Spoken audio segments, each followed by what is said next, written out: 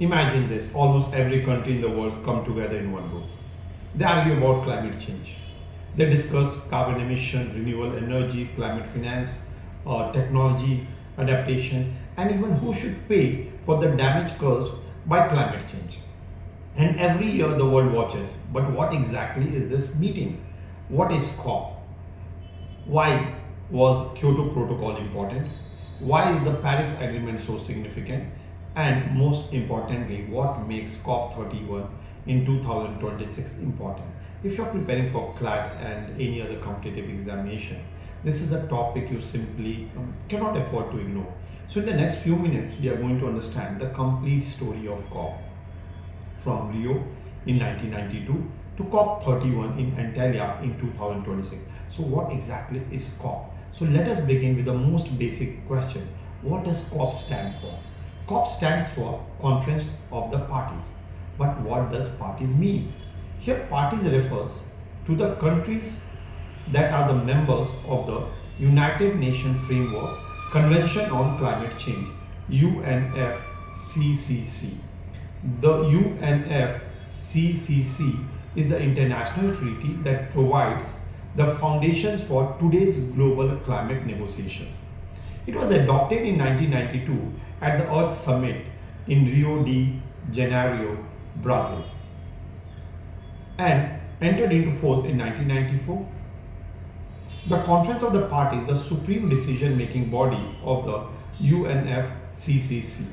So make these distinctions very clear. There should not be any confusion between UNFCCC and COP. So UNFCCC, United Nations Framework Convention on Climate Change, that is the international climate treaty, whereas COP is nothing but the conference where countries meet and take decisions under that treaty.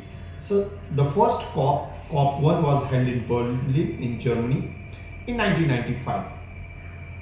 The next thing which we need to understand is what was the reason for United Nations Framework Convention on Climate Change getting created. Now let us go little backward. The international concern about climate change did not suddenly begin in 1992. In 1979, the first World Climate Conference took place. Then in 1998, the Intergovernmental Panel on Climate Change, or IPCC, was established. The Intergovernmental Panel on Climate Change, IPCC, assesses scientific evidence relating to climate change. Then came 1990. The Intergovernmental Panel on Climate Change, IPCC, released its first assessment report, strengthening international call for a global climate treaty. Negotiations began, and finally in 1992, at the Rio Earth Summit, the United Nations Framework Convention on Climate Change was opened for signature. It entered into force in 1994, and 1 year later, COP1 took place in Berlin in 1995. So for your exam, remember this sequence. 1979, First World Climate Conference. 1998, IPCC established. 1990, First IPCC Assessment Report.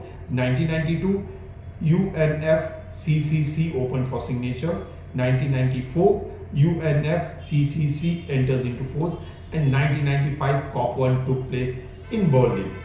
Now this timeline is extremely important for competitive examination. Now let us talk about the most important COPs. There have been COP meeting almost every year since 1995, but you don't need to memorize every COP. So let us discuss few of the COPs which are very important from examination point of view. So COP1, Berlin, 1995. So first COP was held in Berlin, Germany. One important outcome was Berlin mandate. Countries recognized that existing commitments were not sufficient and began negotiations for stronger commitment.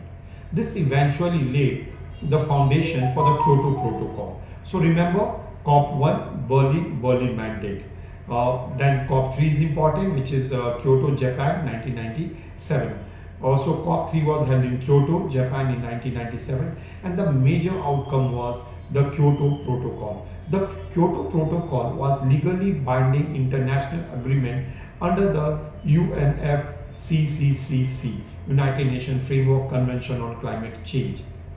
Its major feature was that it established quantified emission reduction commitment primarily for developed countries and economies in transition. This reflected an important principle: common but differentiated responsibilities and respective capabilities, CBDRRC. In simple language, all countries have a responsibility to address climate change, but all countries do not necessarily have exactly the same responsibility because their historical contribution and capabilities are different. So remember, COP3 is Kyoto Protocol. Now the next important COP is COP7, which is Marrakesh 2001. These provided detailed rules and arrangement for implementing the Kyoto Protocol. So you have to remember, Marrakesh provided detailed rules and arrangement for implementing the Kyoto Protocol. So here is an easy memory trick. Kyoto means protocol and Marrakesh is implementation of those rules. Then the next important COP is COP15. Copenhagen 2009 is important, which happened in Denmark. This conference attracted enormous international attention. It produced the Copenhagen Accord. However, it did not deliver the comprehensive, legally binding climate treaty that many countries had hoped for. Nevertheless, Copenhagen was important because it helps place the issue of limited global temperature rise at the center of international climate diplomacy. Then the next COP, which was very, very important. In fact, you should never forget about this, which is COP21, France, Paris, 2015. That is what we call Paris Agreement. Almost every country agreed to work together to address climate change. One of its most important goals was to hold the increase in global average temperature to well below 2 degrees centigrade, above pre-industrial levels, and pursue effort to limit the increase to 1.5 degrees centigrade. The Paris Agreement also introduced a system based on countries' own climate plan. But this is once again, which is very, very important, something called NDC, Nationally Determined Contributions. In simple terms, countries communicate their climate action plans and are expected to strengthen those plans over time. This was an important difference from Kyoto. Kyoto primarily imposed quantified emission reduction commitment on developed countries. Paris created a global framework involving all countries through nationally determined climate plan. Now let us move to COP27 held in Sharm el-Sheikh, Egypt in 2022. The big issue here was loss and damage. What does that mean? Developing and vulnerable countries have argued that they are suffering serious climate-related impacts, even though they may have contributed relatively little to historical greenhouse gas emission. They therefore pushed for financial support for climate-related loss and damages that cannot simply be prevented through adaptation. At COP27, countries agreed to establish new funding arrangements and a fund for responding to loss and damage. This was a major development in international climate negotiation. Then comes COP30, which happened last year in Belém, Brazil in November 2025. Belém was particularly significant because Brazil is home to the Amazon rainforest. COP30 focuses strongly on implementation and accelerating climate action, building on the Paris Agreement and earlier COP outcomes. And after COP30, attention moved towards the next major conference, COP31, which is going to happen this year. So COP31, United Nations Climate Change Conference 2026, which is going to take place in Antalya, Turkey from November 9th to 20th, 2026. Turkey will host the conference, but there is an interesting feature. Under the agreed Turkey-Australia arrangement, Turkey will host and hold the COP presidency, while Australia will lead the negotiation and make COP31 particularly interesting from a diplomatic perspective. What will COP31 focus on? COP31 presidency is describing the conference is an implementation COP. So this is very, very important, because now when we talk about history, what we have just discussed for decades countries have produced agreement targets. There have been lot of commitments, climate plans, promises, but now the big question is, are countries actually implementing them? The focus is therefore on converting climate commitment into measurable, practical, and trackable results.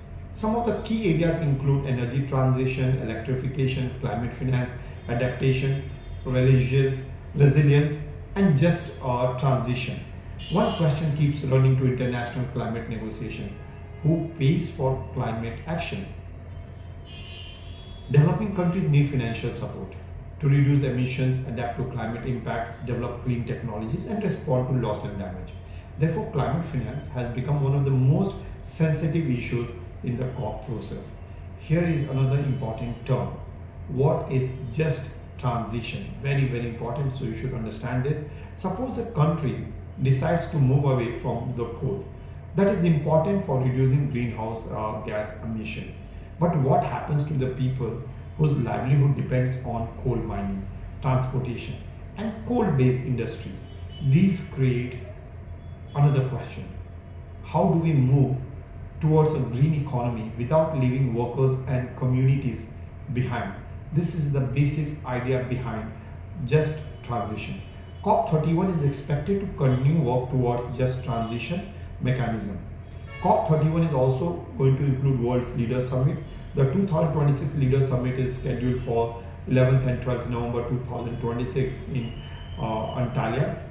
Here the government and senior leaders will come together to provide political directions. Before COP31 officially begins, there will also be pre-COP. The 2026 pre-COP is scheduled to take place in Fiji from 5th to 8th of October 2026.